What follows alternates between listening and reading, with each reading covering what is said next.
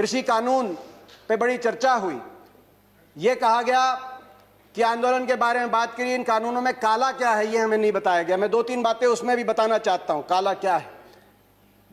आपने कहा 11 राउंड बातचीत की हुई, किसान संगठनों ने कुछ काला नहीं बताया, नजरिए का फर्क है।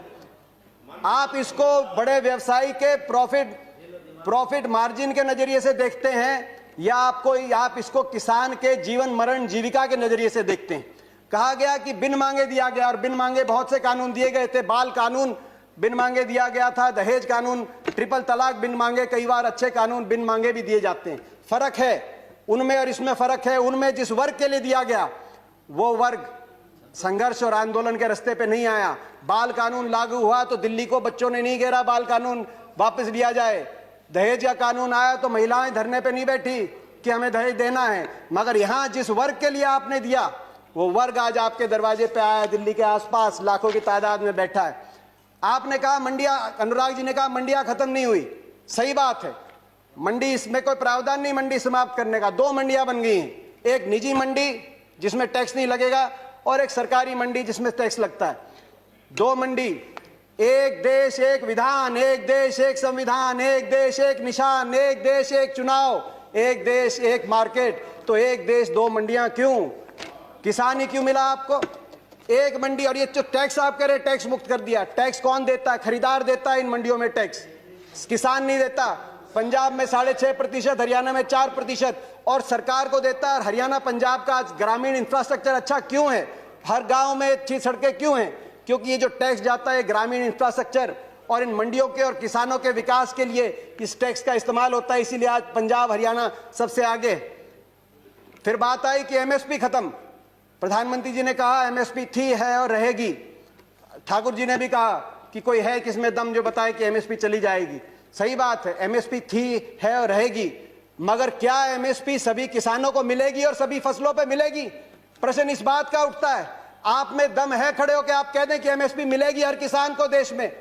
आज भी शांता कुमार कमेटी बताती है कि मात्र 6% से 16% तक किसानों को एमएसपी मिलती है।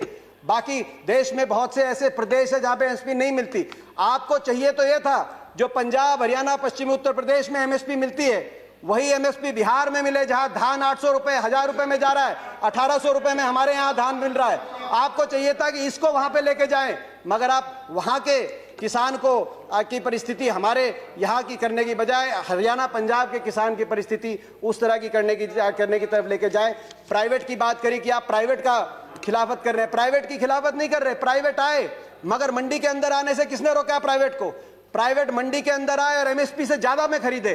कह रहे हैं बाहर भाव ज्यादा मिलेगा, विकल्प होगा, बाहर ज्यादा मिलेगा, बाहर ज्यादा भाव मिलेगा प्राइवेट में। तो आपको यह कानून बनाने में क्यों आपत्ति है कि अगर एमएसपी से कम का कोई कॉन्ट्रैक्ट होगा तो वो कानूनी बाध्य, उस पर बाध्य होगा। हरियाणा के अंदर 2007 में हमने कॉन्ट्रैक्ट अमेंडमेंट लाए एपीएमसी के अंदर, निजी अलाउ किया निजी कंपनियों को, मगर साथ में कानून लिख दिया कि अगर कॉन्ट्रैक्ट एमएसपी से नीचे किया जाएगा तो गैर कानूनी होगा और कानूनी कार्रवाई होगी जो लोग इस तरह का कॉन्ट्रैक्ट करते हैं। आप कह रहे हैं ज्यादा मिलेगी तो आप कर दीजिए, ये कानूनी प्रावधान देने का आप काम करें। आपने कहा कि एक शरद पवार जी ने चिट्ठी लिखी थी, आपने कहा कि मुख्यमंत्रियों का समय हुड्डा कमेटी ने भी इसकी सिफारिश करी थी कि एपीएम सुधार हो, एपीएमसी एक्ट के अंदर बदलाव हो। मैं बताना चाहता हूं कि हुड्डा कमेटी ने, जिस कमेटी में प्रकाश सिंह बादल जी, ममता बनर्जी जी और नीतीश कुमार जी भी सदस्य थे, उस कमेटी ने क्या सुझाव दिया था इस पे? उन्होंने कहा था कि एपीएमसी में सुधार हो मगर एपीएमसी का विस्तार हो। सबसे पहले मंडी, जिस प्रकार से हरियाणा में हर 10 किलोमीटर में मंडी हमने स्थापित करी थी अपनी सरकार में, पूरे देश के अंदर हर 10 किलोमीटर में मंडी बने। दूसरा, प्राइवेट अगर आए तो मंडियों के अंदर आए, एमएसपी से ज्यादा पे खरीदें, एमएसपी से कम पे खरीदते हैं तो कानूनी कार्रवाई हो, वो ऐसी खरीदारी अलाउ ना हो। तीसरा, एमएसपी की कैलकुलेशन C2 के आधार पे हो, A2 कॉस्ट नहीं, C2 खर्चे के आधार पे एमएसपी कास्ट हो, जो आज किसानों की सबसे बड़ी मांग है।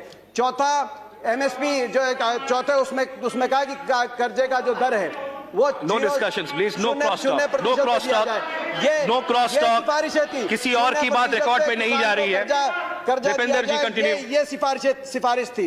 मैं एक और बात कहना चाहता हूं। एक बात आई कि ओपन मार्केट, फ्री मार्केट अच्छी है। फ्री मार्केट हर चीज के लिए अच्छी नहीं है। मार्केट, अनियंत्रित मार्केट, किसान को आप अमेरिका का उदाहरण उठा के देखिए। अमेरिका में 1/4 लोग कृषि से जुड़े हुए थे, आज से 50-60 साल पहले।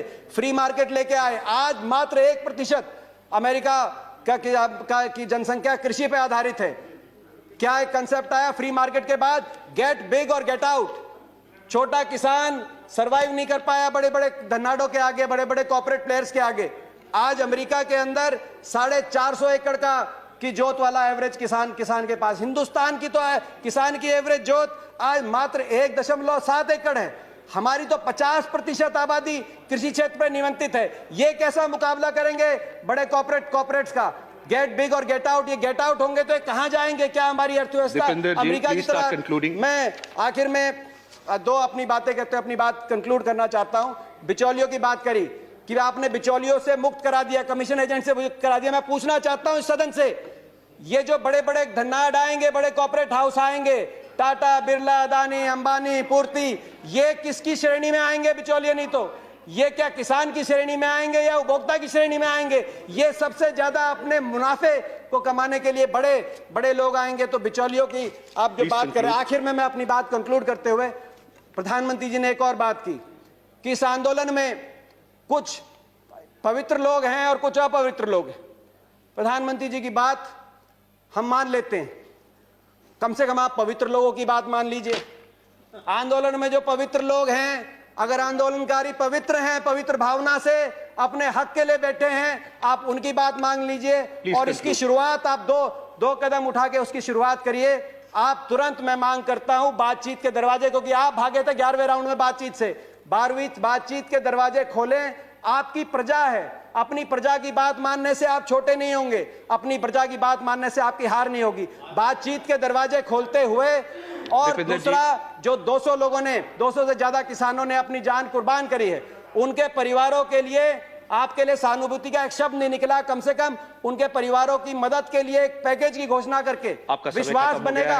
हम विश्वास बनाने वाले लोग हैं, विश्वास बनेगा। मैं हाथ जोड़ के आपसे प्रार्थना करता हूं, आपकी प्रजा, आपके लोग हैं, इनकी बात मानिए। आपका बहुत बहुत धन्यवाद। जय हिंद, जय जवान, जय किसान।